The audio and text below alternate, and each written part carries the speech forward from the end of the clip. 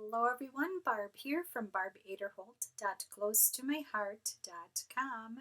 Well, I need to make a sympathy card for my grandmother. She passed away. She was 101 years old. Boy, that's living. And she was a farmer and a gardener. And so I have my little cow. This is from the Udderly Wonderful Stampin' Thin Cut set that's sold out. It's gone, but I thought you'd like to see it. You may be able to find it out in the world somewhere. I am also using, let's see here, background elements. We're going to use this little kind of sandy looking stamp. And then we're going to pick a sympathy stamp off of the Heartfelt Thoughts. This is, I think this is a retired stamp set as well. We're also going to use some 3D foam dots, stitched scallop brackets. I used the Daisy thin cuts to make this.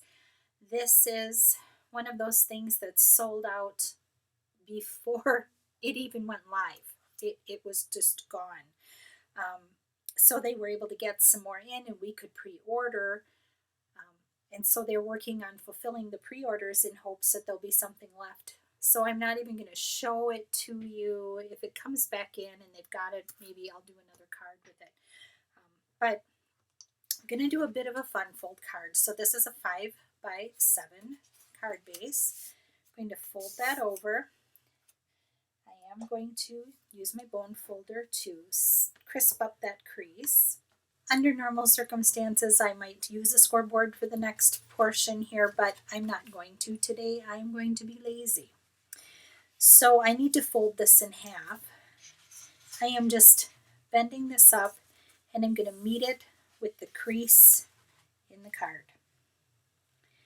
And I've got it, I'm holding it in place and I'm going to start in the middle and just gently work my way out. I'm not worried about the quality of the crease, I'm just worried about getting it going. So I'm using my finger and now I'm coming in with my bone folder and I'm gently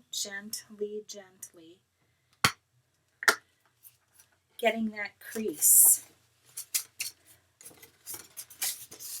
to fold.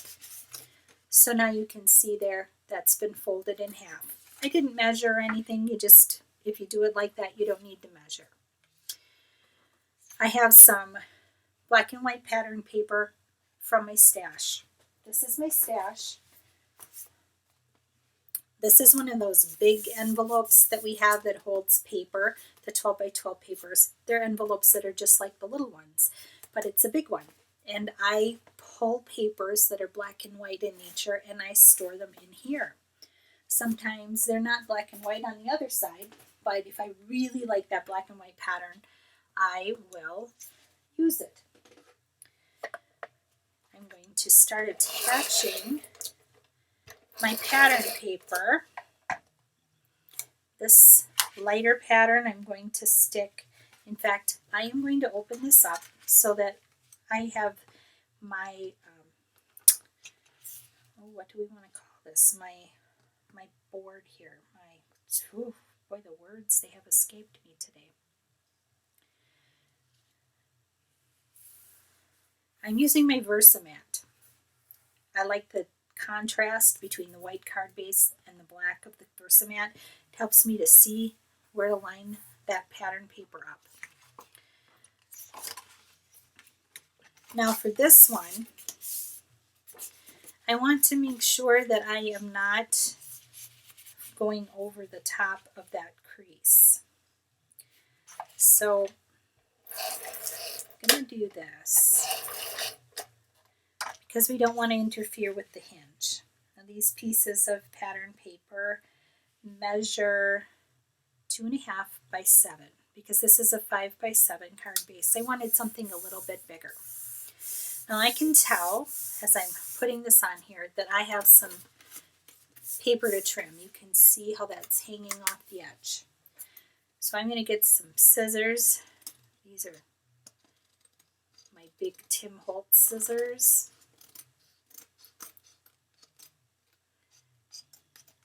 And I've got some that's hanging off of this edge.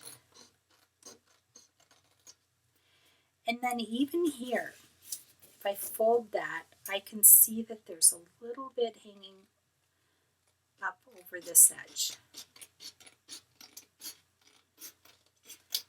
I just don't want it to interfere in the hinge that I created when I folded the front of this card together. So you can see what's going on here. The card is going to be a horizontal card. I also thought it would be nice to stick a little bit of this black down here to give a little contrast at the bottom.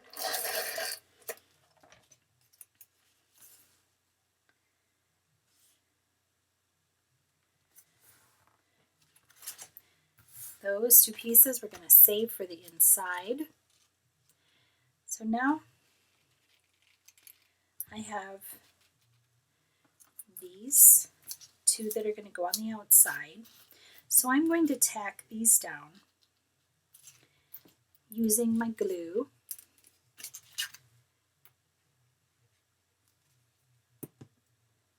Ooh, there goes the glue.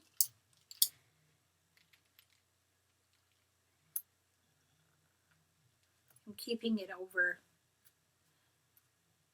so that I can stick it in a regular envelope if I choose. I may make a big envelope, but we'll see.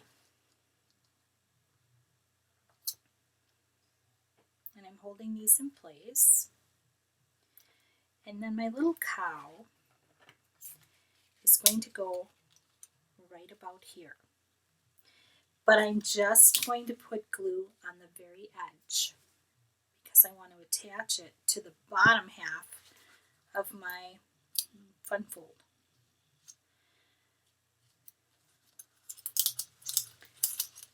Okay. To color my cow, to color those cute flowers, I used antique pink, dusty purple, brown gray, gold yellow, light green, and vintage blue. These are the tri-blend markers from Spectrum Noir that we have in our catalog. So these are the colors that I used. The colors of cardstock, this is Mist, this is Seabrook. I want to say Seabreeze all the time. I don't know why. So you can see here Seabrook and Mist. And now we're going to work on the periwinkle flower. And I'm going to show you the three different, let's clear up a little bit here. I've got a mess going. I'll bring this up here. So I have my foam handle, and this is my periwinkle sponge. I keep them in these little bags. These are little 2x3, I think they're little jewelry bags, and I label them with my label maker. And then I keep them in this little container. Looks like this, and I've showed this before. I have my dye inks over here, and these are alphabetical. Then I have my Distress Oxides over here. You do not want to mix those two. You don't want to use the same foam pad on your Distress Oxide that you use on your dye ink. You will ruin your stamp pad. So that is why I go to the effort to keep those straight. So I've got, you put that on there like that. That's just a little Velcro. And I've got my periwinkle. This is, I'm really rubbing it on here because I've never used this foamy pad before. And I'm going to hold, whoops, we're doing this one. I'm going to hold it and apply the ink. That's why my fingers are messy. Because I'm getting inky and having fun. And I'm just putting a little bit of the ink on each of the petals.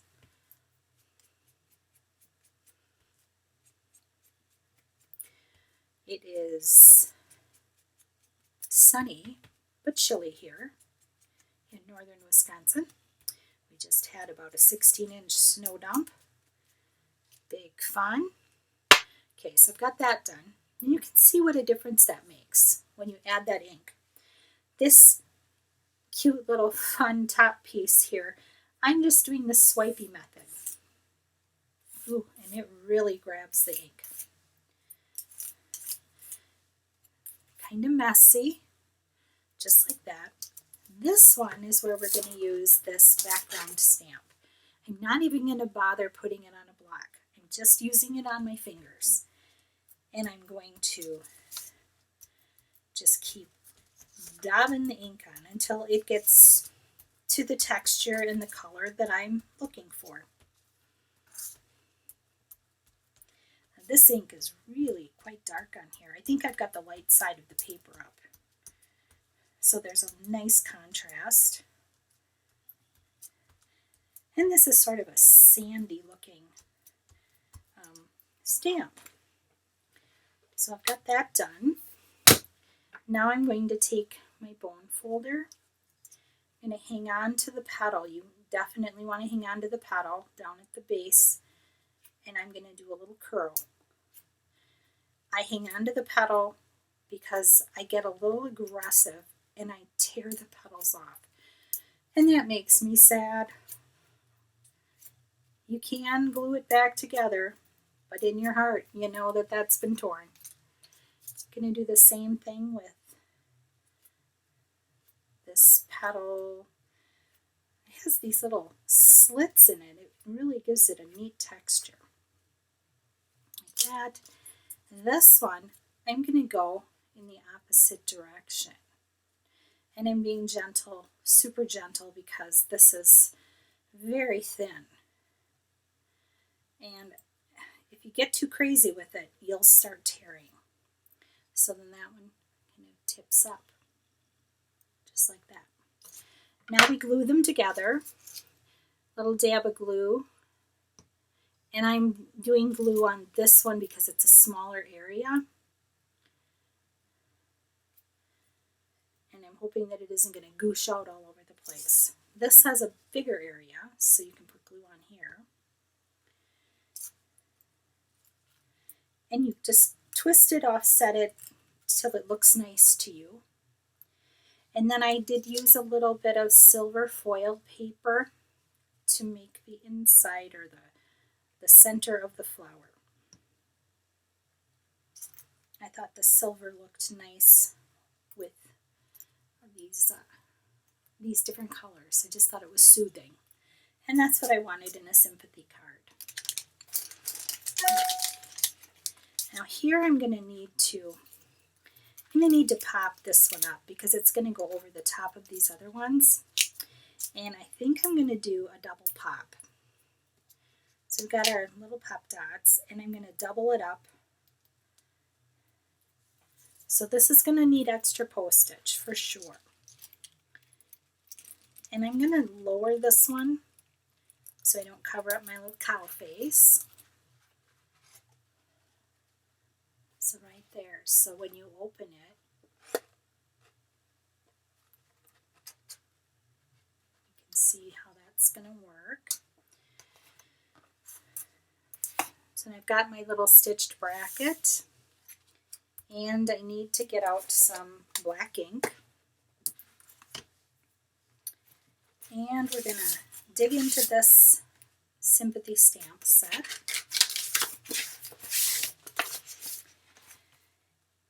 And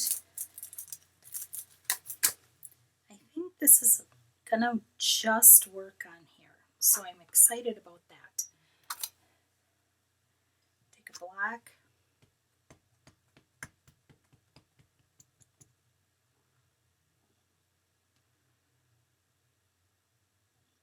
Hopefully I'm getting this straight. I'm trying not to stick my head in the way.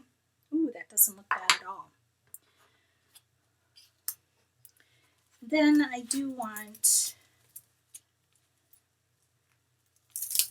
I have this stamp here on this set, and it says, "Our thoughts and prayers are with you in your time of need."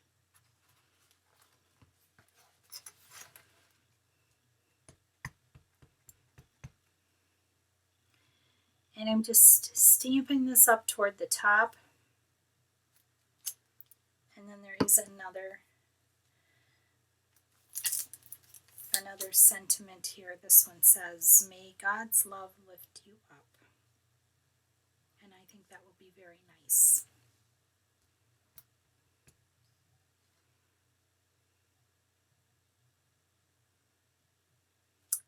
Then I've got plenty of room to sign. I even have room up here to write a little message. I can also write a message on the back side. So I'm just going to set that off to the side for now. I think we're done with the black. And I'm going to look at this. And I think I want it to stand up like that. So I'm just figuring this out because I want to see where I want to put my little bracket. And here's where I'm going to throw some pop dots on here. And this is going to give us our little catch so that the card will stay open, fun folded open.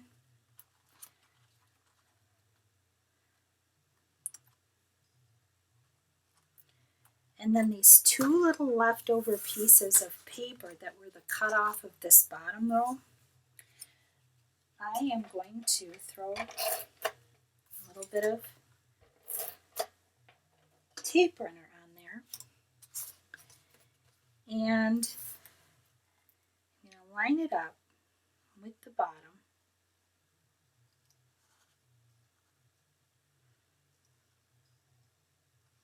And I think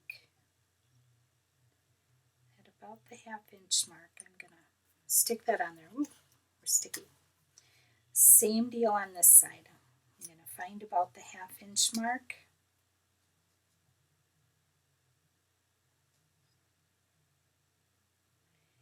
And that's a little sneaky trick. It looks like it goes all the way across, but it doesn't. That's it. I think we are done with our card. So here's what it'll look like when it comes out of the envelope. Isn't that fun? I love that cow, and I bought it because of my grandmother.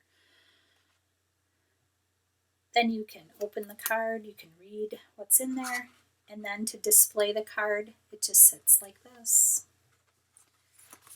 And it will sit very nicely. And I know that there are people who will enjoy this card. And I am so glad that I'm able to put this card together. I am sad that it is the last card I will make for my grandmother.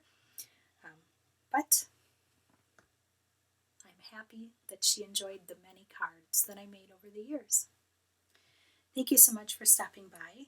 Have a blessed, crafty day, and I'll see you next time.